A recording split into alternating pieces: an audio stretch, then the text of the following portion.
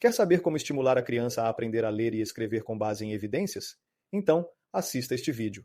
Eu acredito que a gente deve priorizar o desenvolvimento químico interno do cérebro, né? E nós temos mecanismos que são sensíveis à atenção e também a recompensas. Então, quando você dá uma recompensa para uma criança, você está alterando quimicamente o cérebro dela de uma forma em que está dando uma recompensa sobre um comportamento. Deixa a criança mais feliz, mas também reforça aquele processamento que foi feito. Outra coisa que as pesquisas mostram é que se a gente deixa a criança dormir mais, isso altera a química do cérebro, facilitando o aprendizado. E isso é muito importante para crianças que têm déficit de atenção, deixar a criança dormir um pouco mais.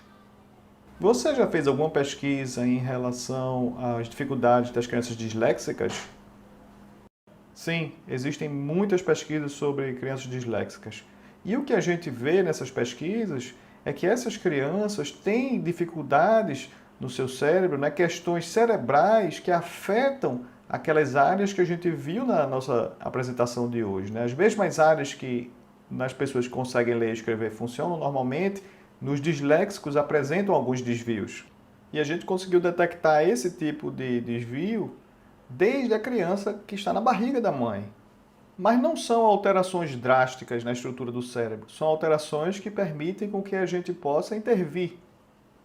Existem pesquisas que compararam, né, o cérebro de crianças que foram ensinadas com letra cursiva ou sem letra cursiva, e o que a gente vê, no geral, é que o ensino da letra cursiva ele é benéfico, porque ele cria um novo circuito cerebral que permite a gente ensinar a direção das letras, né? A direção da escrita, né? De um lado para o outro. É mais fácil você perceber a posição de uma letra quando ela está no modo cursivo do que no modo bastão, né? Uma coisa interessante no método Montessori é que você pode fazer exercícios com a criança para treiná-la que é a escrita de um lado para o outro, da esquerda para a direita, se esse é o padrão do seu idioma. Um outro tipo de exercício muito importante é trabalhar as correspondências entre sons e letras. O treino da consciência fonêmica é essencial durante o período da pré-escola, na educação infantil. Os fatores ambientais e culturais, eles afetam a forma com que as crianças aprendem a linguagem? Ou será que ao redor do mundo é sempre a mesma coisa, né? Todas as crianças do mundo aprendem a falar, a ler e a escrever da mesma forma? Essa pergunta é excelente, né? O que a gente sabe hoje é que, no geral, as crianças têm os mesmos circuitos cerebrais ao redor do mundo. Os mecanismos para ler são basicamente os mesmos que a gente mostrou aqui hoje. Mas existem fatores ambientais que podem facilitar. Por exemplo, a gente sabe hoje que um dos melhores preditores para saber se uma criança vai aprender a ler ou escrever corretamente são as habilidades de consciência fonológica e fonêmica. O nível de habilidade de vocabulário de uma criança pequena também indica o sucesso que ela poderá ter. E esses fatores são fatores que podem ser facilmente estimulados na educação infantil.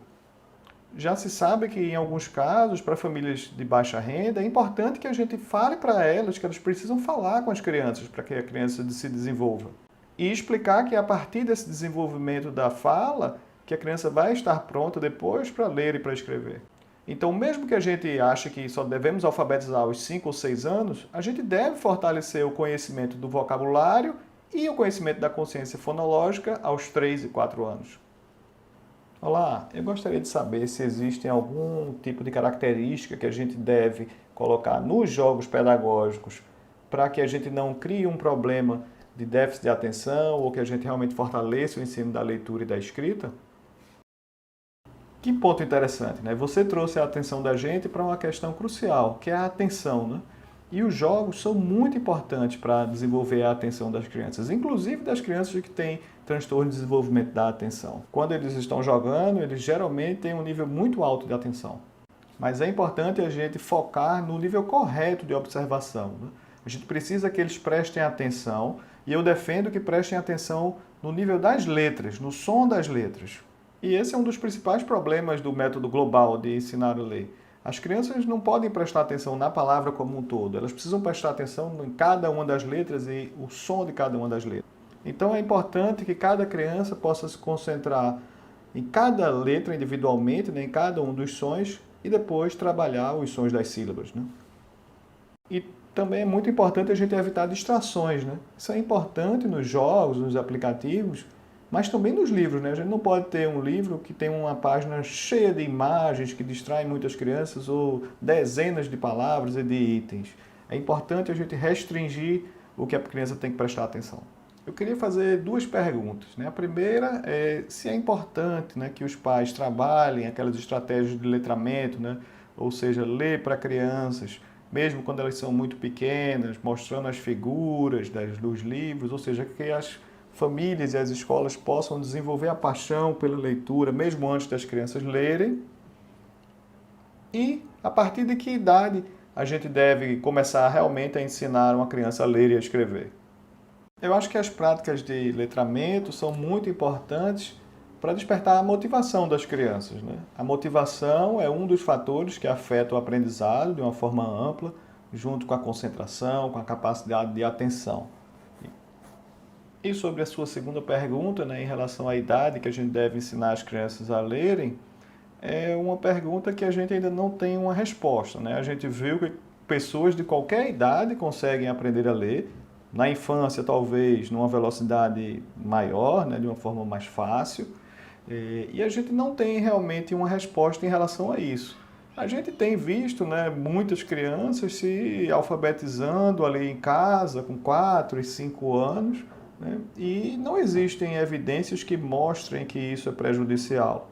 Então, talvez a gente possa alfabetizar as crianças aos 4 ou 5 anos, mas no fim, nós cientistas, né, precisamos ser humildes e a gente hoje, nesse momento, ainda não sabe dizer qual a melhor hora para alfabetizar uma criança. Mas é preciso lembrar também que as crianças pequenas precisam se movimentar, precisam brincar, precisam trabalhar com jogos de matemática. Então a gente também não deve ter uma pressão para que as crianças se alfabetizem muito cedo, né? Existe um exemplo muito bom que é a Suíça, né? Alfabetizam aos 7 anos e não parece que exista nenhuma perda porque eles fazem isso.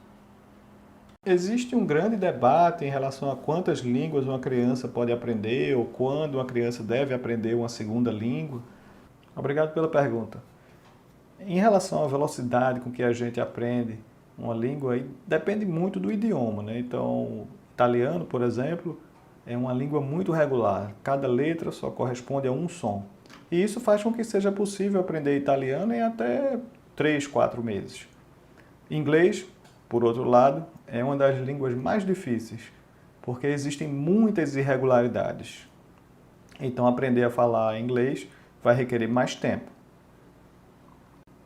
Mas mesmo em linguagens irregulares, como o inglês, depois de 3 anos de trabalho, uma criança já deveria estar lendo e escrevendo corretamente. Em idiomas mais regulares, em 1 ano a criança já deveria estar lendo e escrevendo corretamente. Eu estive recentemente no Brasil e lá eles me disseram que eles querem alfabetizar as crianças em até 3 anos. E eu fiquei dizendo várias vezes, não faz sentido.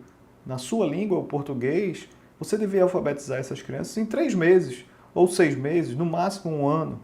Mas 3 anos não faz sentido, é muito tempo para um idioma tão regular. E em relação às crianças bilíngues, parece que não existe nenhum custo em aprender 2 línguas. Parece que existem benefícios. Então, apesar de competirem pelas mesmas áreas, não há problema. E você? Como incentiva a prática da leitura nas crianças aí em sua casa ou na escola? Conta pra gente nos comentários. Se você quiser algumas dicas sobre como motivar sua criança a ler ou entender como neurociência e educação andam juntas, me fala no comentário que eu posso produzir uns vídeos sobre isto também. E se curtiu essa dica, segue a gente, dá um like e compartilha com todas as educadoras e pais que você conhece. Vamos juntos estimular o prazer da leitura nas crianças. E se você quer fortalecer a leitura de suas crianças, aproveite que eu coloquei para download gratuito meu livro Consciência Fonológica na alfabetização e no letramento infantil. Acesse escribo.com/ebook e baixe agora.